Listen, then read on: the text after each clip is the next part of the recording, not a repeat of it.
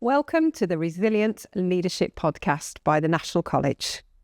I'm Anna Bateman. I'm the lead expert here at the National College for Mental Health, and I'm delighted to be joined by leaders across education who are going to introduce themselves now. Hello, my name's Dr. Mike Harpham, Principal Lecturer in Teacher Education at London Metropolitan University. I'm a former head teacher, academic and author. Hello, I'm Emma Buckle, Assistant Head with over 10 years experience at a Birmingham secondary school. Currently, I am the Senior Lead for Mental Health and Wellbeing for both pupils and staff. Hello, I'm Wendy Adeniji. I'm a former secondary head teacher at schools in Bradford and Doncaster, and I now work supporting schools and school leaders as an education consultant. Hi, I'm Professor Haili Hughes. I'm the UK's only professor and trust leader, looking after professional development across 11 schools at the moment over in Merseyside. I'm the author of 8 best-selling books, and my specialism really is focusing on teacher wellbeing and retaining staff. So the first question I wanted to introduce into this space between us really is about this idea of leadership resilience, which often gets confused with kind of like toughness or endurance, which can lead to burnout, or it can lead to people becoming unwell and our leaders becoming unwell. So I'm really curious about, how do you define sort of leadership resilience? And has that changed over time at all? Who wants to start us off? We'll start off. From my perspective, it's that especially any leader, especially head teachers, but any leader really, everybody's watching you and everybody's seeing how you lead, and that ability to model, that ability to be in every day, show that professionalism every day, that positivity for the job every day. And for me, that's what I had to really hone in on in terms of that leadership role, was that modeling the behaviour you want your staff to do, and working through the challenges, working through the difficulties. And that for me changed. So you talked there about that sort of toughness, if you like. That was the starting point for me, certainly, I remember. But that changed as time went by to being more pragmatic, and actually how do you sustain being a leader, and how do you keep going, and how do you find a position that's sustainable in the longer term? And for me, that pragmatism in leadership, finding the best way forward, always for the pupils, and always coming back to, this is about giving the pupils the best education you can give them, and how are we going to do that? How are we going to lead that? That for me was always that sort of goal, if you like, and and that's where for me, changing that view of it's about being tough and hard, and some of the decisions we make as leaders are tough and hard, but it's the decisions we make, not how we lead, that is where the toughness comes in.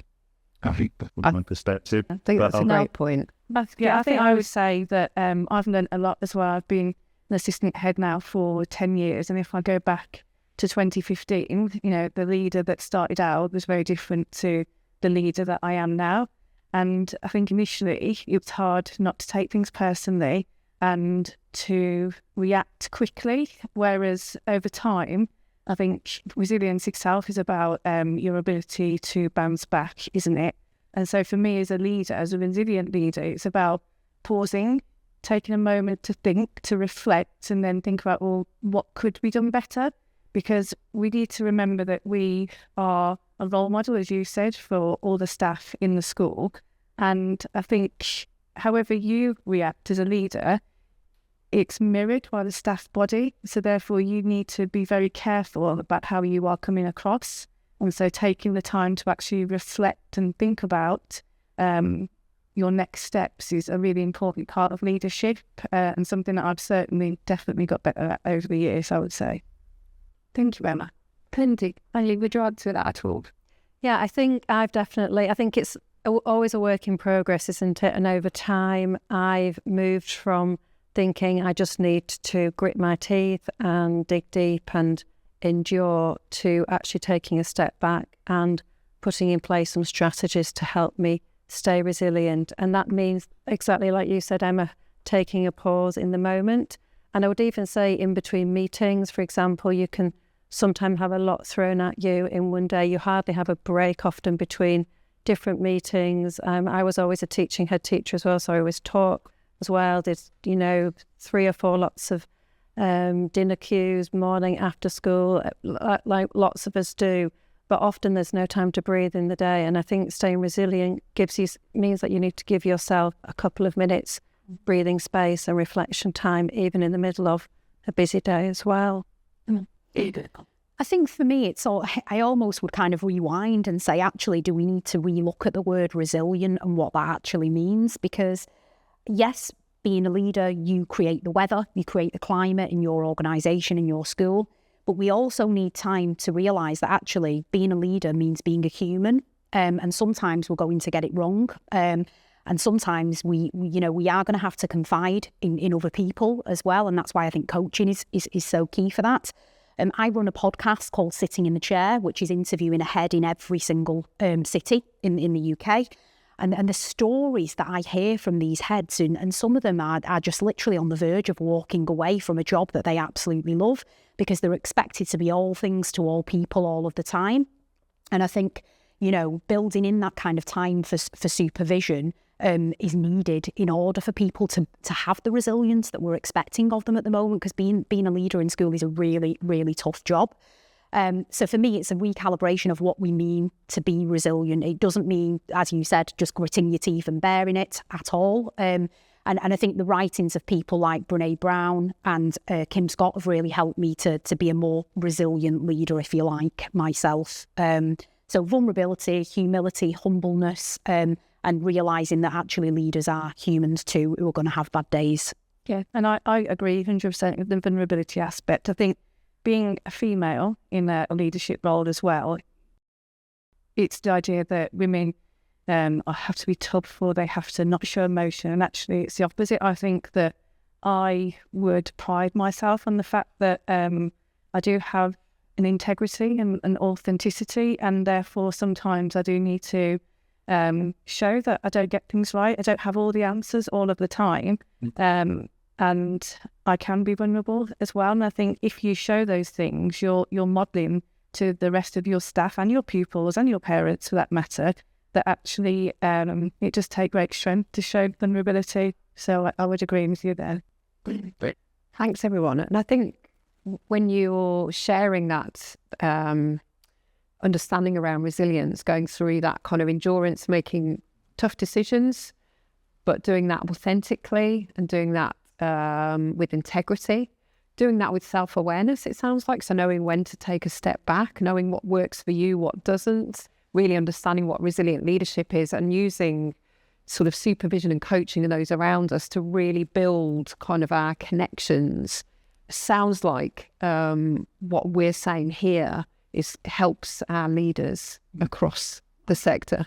100%. And when we start in leadership, and you start as a middle leader, and you have the programs, leadership programs, and you're introduced in Goleman's leadership styles, and you immediately start thinking, I've got to be an authoritative leader, I've got to be a strong leader, and I've got to stamp my mark, and I've got to be seen to be decisive and strong, and all of that. And you realise as time goes by, because that idea, that vision is quite a lonely one in that sense, because it's all about I.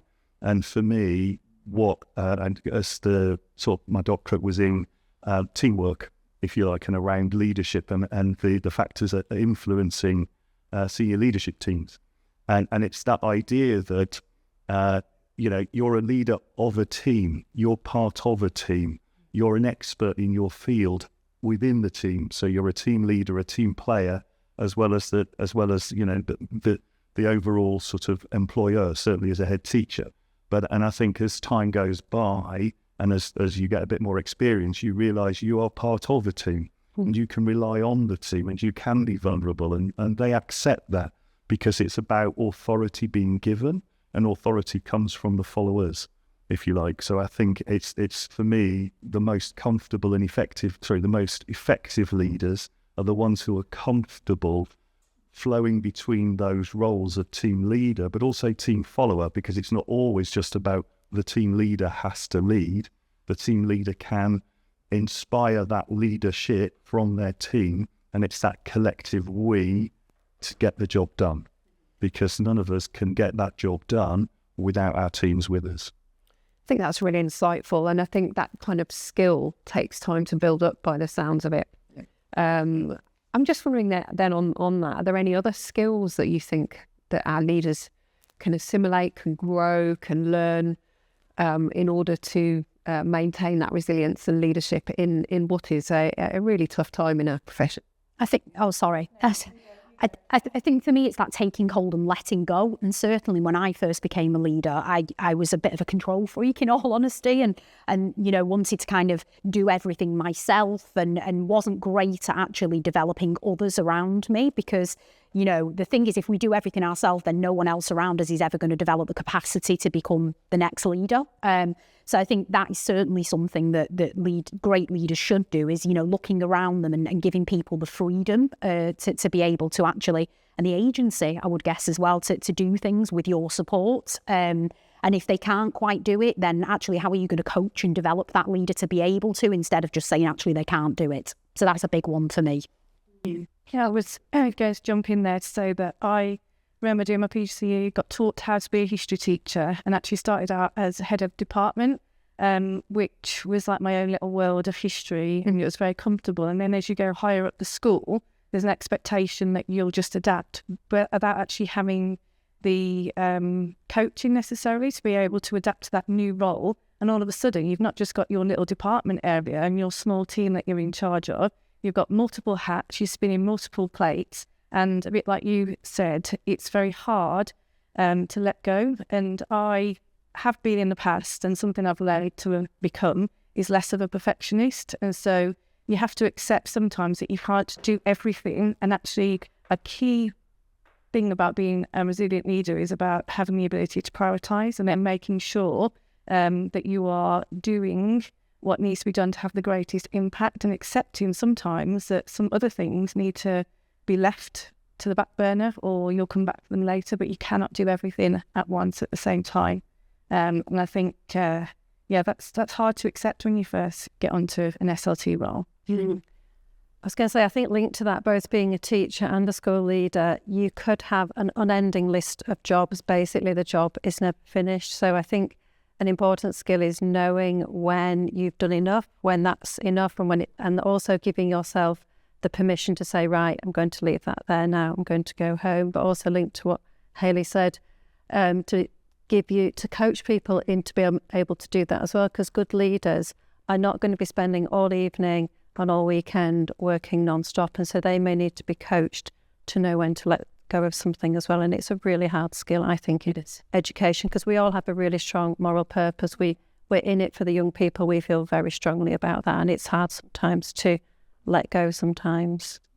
And if we can add sort of two things, I think number one, it's the ability, I think in terms of developing things as leaders, I think it's the ability to engender trust with the team and the faith that you have in them to do their job and to do their job well. And I think that counts a lot in terms of empowering other people, that you're not on your own, you are there with the team and empowering them.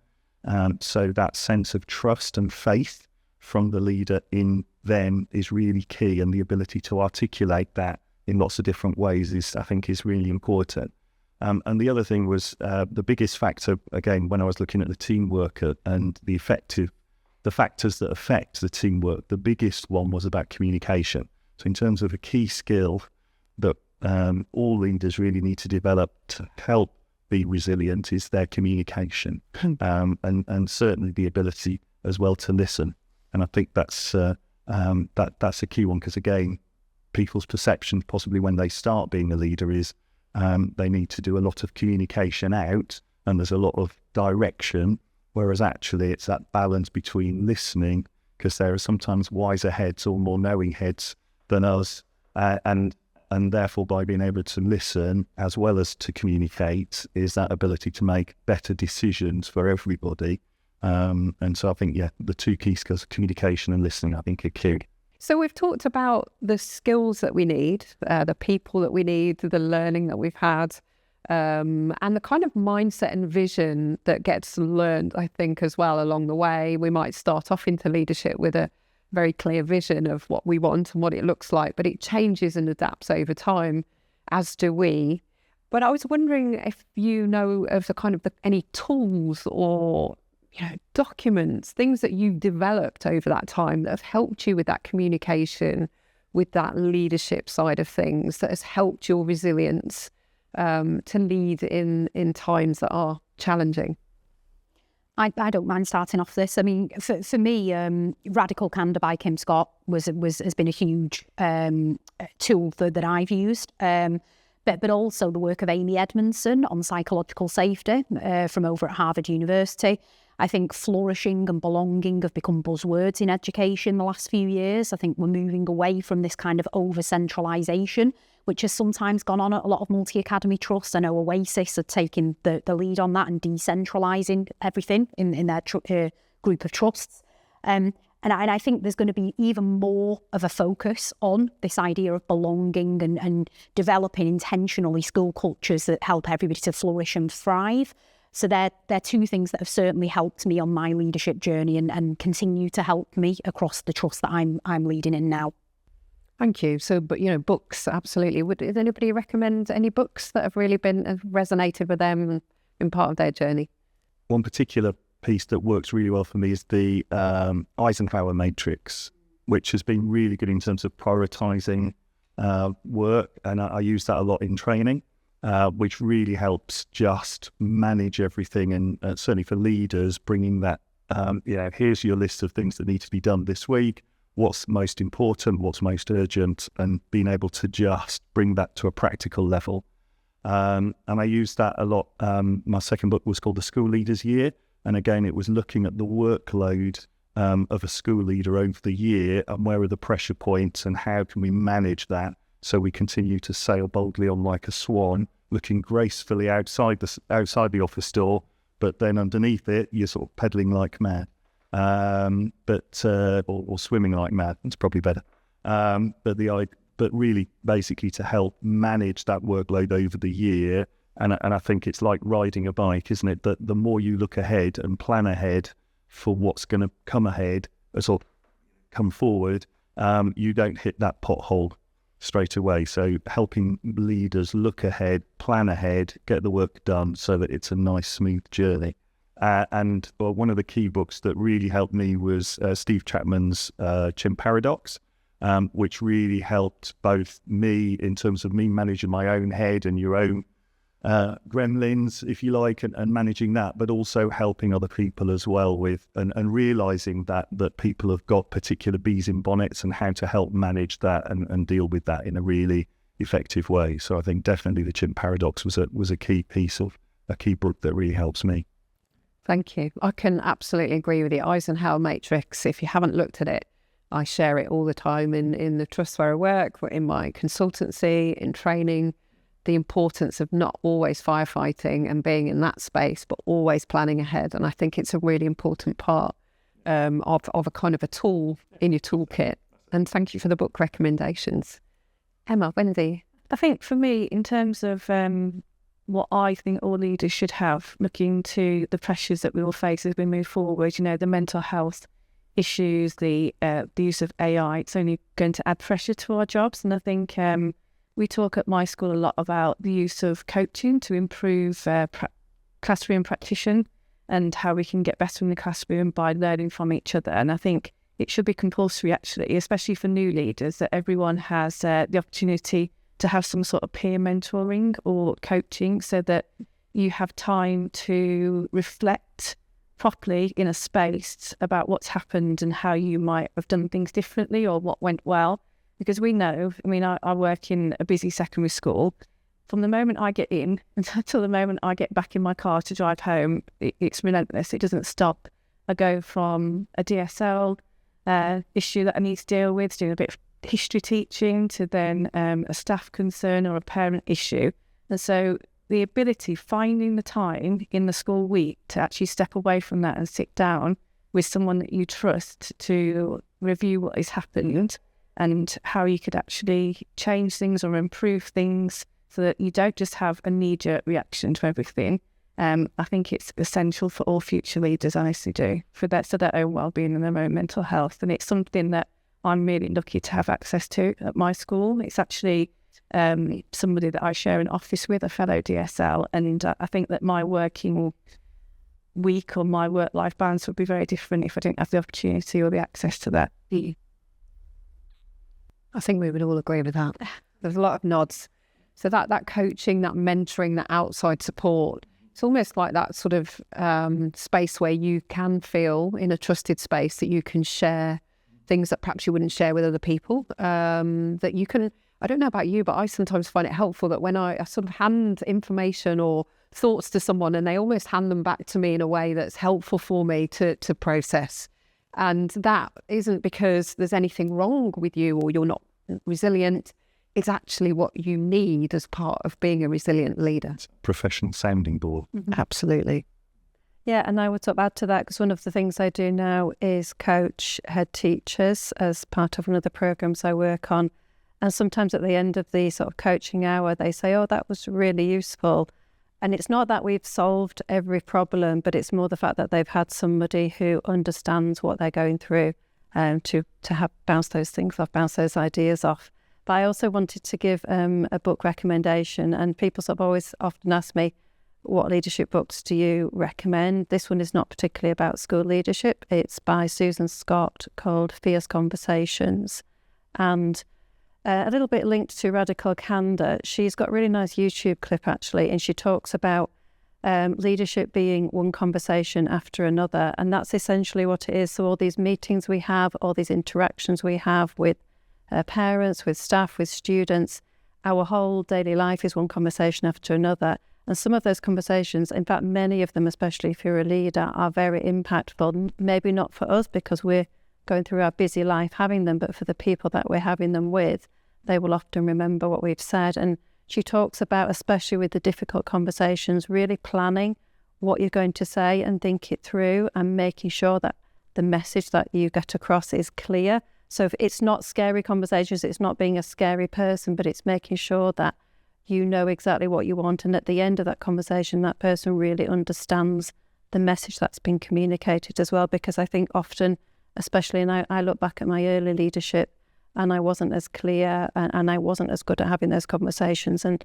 actually that book recommendation and what I learned from that taught me a lot about how to have those effective conversations, which I think also look after people's well-being, because if at the end of it everybody's clear, there isn't any vagueness, that is also supportive, because someone going home not being sure about what you meant and feeling a little bit uneasy is also not good for their well-being either. So yes, we have to have those difficult conversations. Sometimes we give difficult messages. None of us really like to do it. We don't go into the job to give somebody a bad day and to give a difficult message, but equally we can give that in a humane and supportive way as well. I think on that, you mentioned Brené Brown, and she does some work around that, around clarity is kindness. And I think it's just a really helpful just a message to have in your mind, isn't it? That clarity and being conscious about how somebody might interpret what you're saying is very helpful for their well-being too. So it's really important. I think the other thing to note really about coaching and mentoring though is sometimes it can feel like we just find a coach or we're provided with a coach or a mentor and it's the right fit straight away. I don't know about you, but sometimes I've found that I've sort of met with a coach or a mentor and it hasn't been quite the right fit for me. And just to say that that's okay as well, isn't it? To just find the right person that sort of resonates with you, and that sometimes it takes a couple of people. Don't be put off if the first person you connect with isn't somebody that perhaps resonates with you, and it's okay to then find somebody else that does, and that's kind of part of the process, not to let it put you off. What I would say there as well is that you also need to make time for it. You've got to factor it into your working week, or if it's weekly or half-termly, because we are so busy that, you know, there's a danger that you're just thinking, oh, I haven't got time for this and therefore won't give it the attention it needs, or think I've got to shoehorn it in between this meeting or that lesson. And actually, you shouldn't look at it like that. You need to think about it in terms of your longevity, your own sustainability. These are important for you to be able to function at that high level for a long period of time. So it's not about squeezing it in, it's about making time for it. And with that, head teachers and governors need to empower their SLT to have that time, whether it is actually away from the school building, so you're not interrupted, or whether it is in the working week. It has to be found, that time has to be found and protected. And if I can add on to that, it's one of the lines I use quite a lot, because nearly all the school leaders are unique in their own positions. So they're either, head of subjects and they're flying the flag for maths or on languages, or they're in charge of behaviour and they're the linchpin or safeguarding. And the key phrase I always use is, if you're not looking after yourself, who is? If you're not really making sure you're looking after your own self, your own well-being, your own staff development, who is? And therefore, you should be your priority. You should be your priority. Yeah. And sometimes I've spoken to heads about why they don't take that time, and it might be because, they come back the next day, perhaps they've had some time away, a couple of hours, maybe working from home for that strategic mindset, but then they come back to more problems the next day. So it's really just planning ahead again, as you've said, about actually who's going to deputise and make sure some of the things that I would have done if I was in school are still taking place, rather than waiting for me to return. And then I've actually got more work to do. And that just stops our leaders taking that time. But it is an investment in that longevity around leadership. And just on that then, what do you think helps leaders maintain resilience and looking ahead in terms of longevity? How do they keep going in this profession that seems to change and adapt? Culture and vision, I would say. I think school culture and vision and clarity of that, and the moral purpose that sits behind it, is the key driver of anything. I've just interviewed over 200 teachers on the reasons why they've stayed in the profession, 20, 25 years, 30 plus years, for a book that I've written. And hands down, the most important factor was clarity of vision and school culture. And, I think that those things are the things that nourish us and sustain us, being part of something bigger, knowing that we're driving towards a purpose, and being really clear about the way that we do things around here.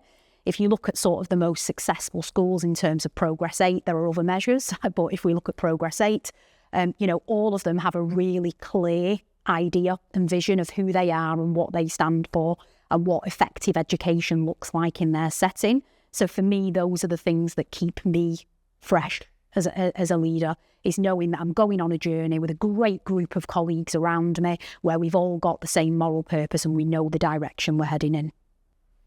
Thank you.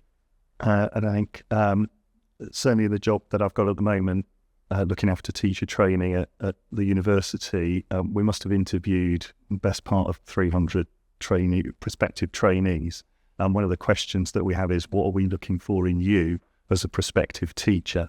And what's been really fascinating, and I think because this resonates and echoes what we're saying here as well, is they all say, we really want to give something to the younger people in society, and give them, our experience or the best of our experience to help them with their journey.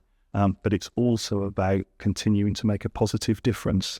And I think, again, that resonates. That's why I went in to teach, but then also into leadership. And it is that positivity and that making a positive difference to young people's lives, but also sharing our experiences and hopefully a few pearls of wisdom that we've garnered along the way to say, hopefully this, passes the baton on, passes the light on to others, whether that's the next mathematician or the next author, whatever it is, but it helps them find their journey. There's something really powerful about that moral purpose, isn't there? Yeah. And I don't think that there's a better job out there than the one I do. I absolutely get so much sense of purpose and satisfaction from what I do every day. Like just last week, I was listening to the new head boy and head girl practice their speech before awards evening, and it genuinely made me fill up just listening to them and their ambition and what they want to achieve in life, and to think, you know, that we have had, we've all played a part at my school in that, helping them have that idea and that ambition. But with that comes a danger for school leaders that you are going to burn out. You have always got so many different things that you can do. You can be working 24/7 if you let yourself. And so for me, being a leader and still having that drive and that vision, you also have to set yourself clear boundaries about when you are going to stop working, when you are going to have family time, when you're going to be available as well to other people in the school, so that you can protect yourself. And you alluded to this earlier, didn't you? And I think that is just as important in some ways, because if you are burnt out, you then can't contribute and you can't sustain what you're doing. And therefore, obviously you won't make a contribution to the lives of the pupils. So I think it is definitely a balance to kind of learn how to have both sides of that. And I think it's really important for people to hear that, for leaders to hear that there is no perfect school, and leading with, you know, perfection isn't necessarily going to help you with that longevity. That it's okay to have boundaries, to balance family, to know where those lines are, and saying yes and saying no. Wendy, were you going to add to that? Yeah, and actually the interview for my first headship, I remember being asked what I was going to do to protect my own well-being, which actually was a great question. So I recommend interview panels asking that.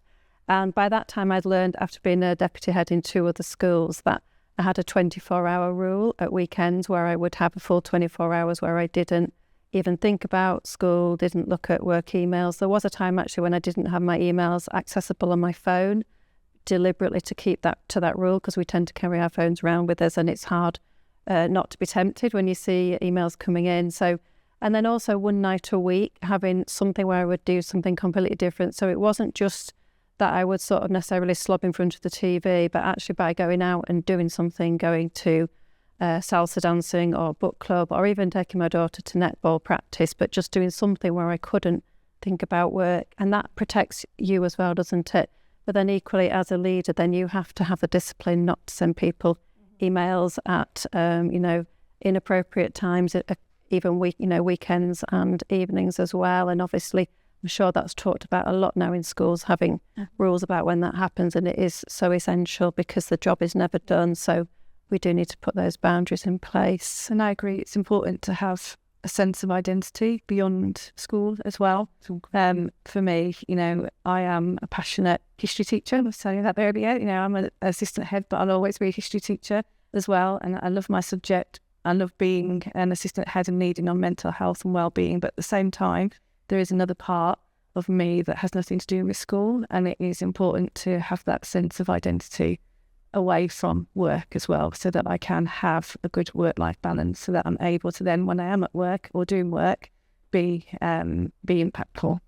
I think as a sector, we need to move away from this idea of kind of simply teaching. There are lots of people who would be sustained and nourished and have the resilience to continue being the leader with this idea of teach and instead of teach first. And I wrote an article for Schools Week about this recently with Nancy Ellis. And, there are lots of teachers, like I was a full-time English teacher for 20 years. I wrote books alongside that. I did 3 master's degrees. I did a PhD. If I wouldn't have had those things to sustain me as kind of not just a teacher of English, I think I'd have probably left much earlier than I did, in all honesty. And I think we need to be braver as a sector in saying that actually we don't expect our teachers to be married to the job. They can have the agency to pursue outside interests alongside. And I think that's really key, and it could be one of the factors of actually keeping people in the classroom and being braver about giving them part-time contracts to do it. I'm the only professor in the country who's a trust leader. There's no reason why that should be the case, because I know lots of academics who absolutely would have stayed at school as a school or trust leader if they'd have had the option to do that alongside pursuing academic credentials and qualifications. So I think we need to be braver as a sector. And I think you talked there about that flexibility in job role. And I think we've talked as well about that sort of creativity that we can bring to the role. How do you think that fits with sort of resilience, that creativity and that flexibility? What can you suggest and recommend? I mean, I do think, I remember personally being very frustrated that I wanted a head of department role, but I was told on 4 days a week, you're not allowed to do it. It has to be 5 days. And that was sort of back in the day, 20 years ago. But I determined that when I had the power to do something about that, and when I was the head myself, I let people do a whole range of roles, including heads of department, senior leader roles, part-time. And I do think that you get a lot out of people who, you get a huge amount and you get a lot of goodwill, and you get some really excellent people staying in the profession and doing those roles. So I think schools are much more open to that now. But I would even go as far as to say even a head teacher role could potentially be done on, say, 8 or 9 days a fortnight. So there could be some levels of flexibility even at a higher level. And I think it's forward-thinking trusts and governing boards that would consider that. So primary are better at that. So I know probably 50 co-heads in primary who are job sharing, doing 3 days, 2 days as heads. But I think in secondary we're still quite behind in that. I think flexible working as well, not just the idea of being part-time on like a 4-day week, but actually if you are full-time, or even if you're part-time for that matter, but having the flexibility to sometimes be away from the school building, because as I said earlier, that when you get into the building, it is relentless. So as a leader, you're expected to think big, you're expected to have this expansive thinking, but how can you do that when you have knocks on the door constantly, or the telephone's ringing, or you've got to go and deal with this, that and the other?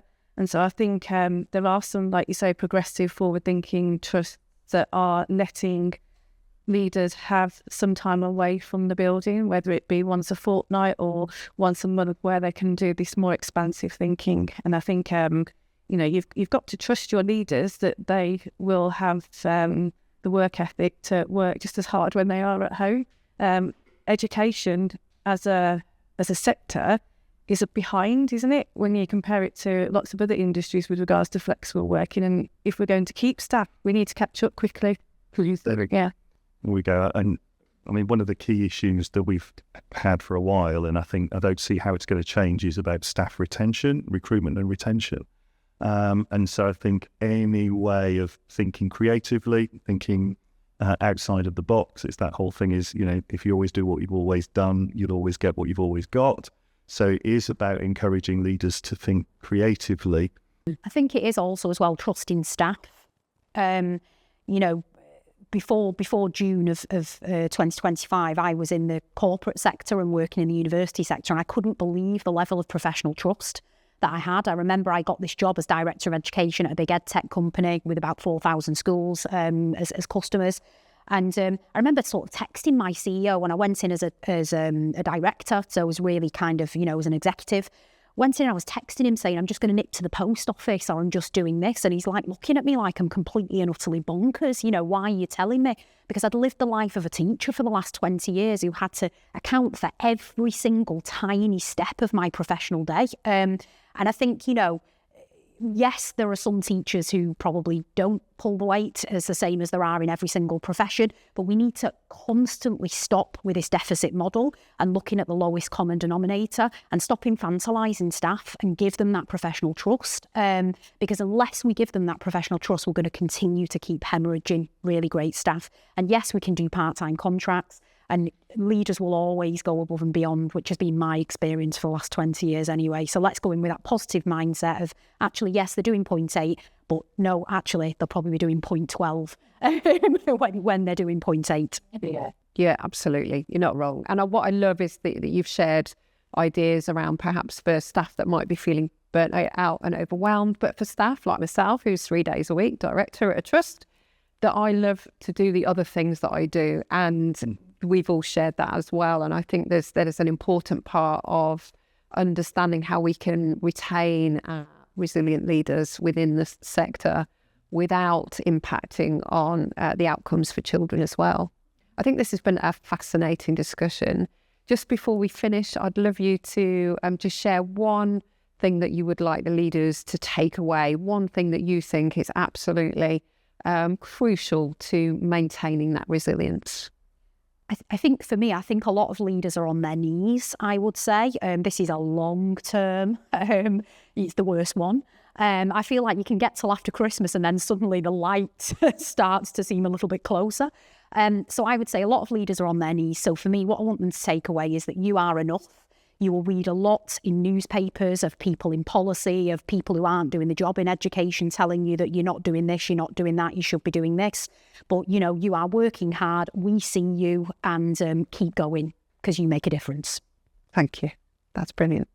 I think linked to that, I've done some work looking at comparative education systems across the world, and I think that the English education system is one of the best in the world. I think the care that we have for students, I think our focus on standards and outcomes and everything mixed in it is just absolutely brilliant. And I don't think we, linked to what you said, we don't congratulate ourselves enough and saying we are doing a fantastic job with less money than we've ever had per student and less to do things with, but still we managed to keep going and keep those outcomes. And I agree, it's like a mountain climbing up to Christmas and then it's like going downhill afterwards, but it is worth keeping going because it's a profession like no other. And I've got 3 children who I'm trying to persuade to be teachers. They're all coming out of university and I think they'd all be great teachers, but at the moment they're not keen.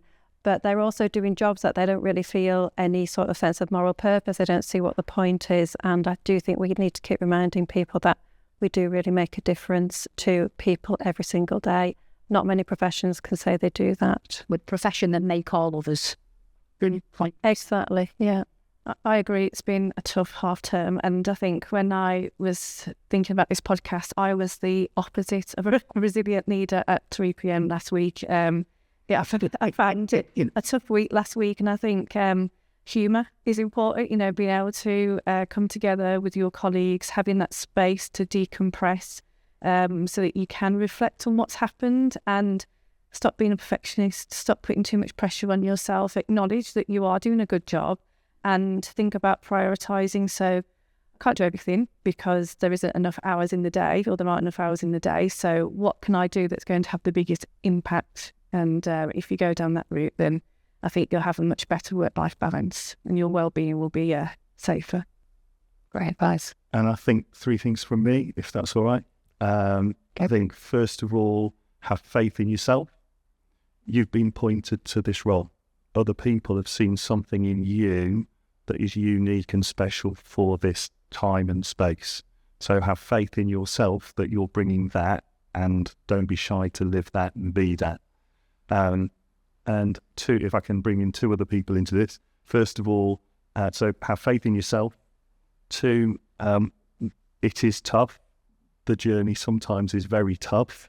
And as Winston Churchill once said, you know, when you find yourself walking through hell, keep walking and it will pass, so just keep going. And then thirdly, again, if I can quote Julian of Norwich, which I always had somewhere on my desk somewhere, you know, and all will be well, and all will be well, and all manner of things will be well.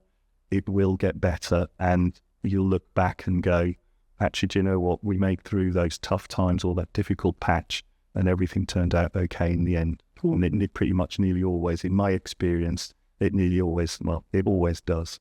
So I would say all will be well. And I think that's really good note to end on, that sometimes we don't feel resilient, but we are resilient by the fact that we are bending and adapting. We are reaching out to our network when things do get tough. And that is part of resilience. Thank you. Thank you all. It's been great. Thank you all. That's been such a powerful and grounded discussion. Today we've heard that leadership resilience isn't about being unshakable. It's about being adaptive, reflective and connected. The National College has further training and resources exploring leadership resilience, wellbeing systems and sustainable culture change. If you are not yet a member of the National College, now's the perfect time to join thousands of schools across the country accessing expert-led professional development, compliance management, people development, and now teacher and leader AI, all in one place. Visit thenationalcollege.com to learn more.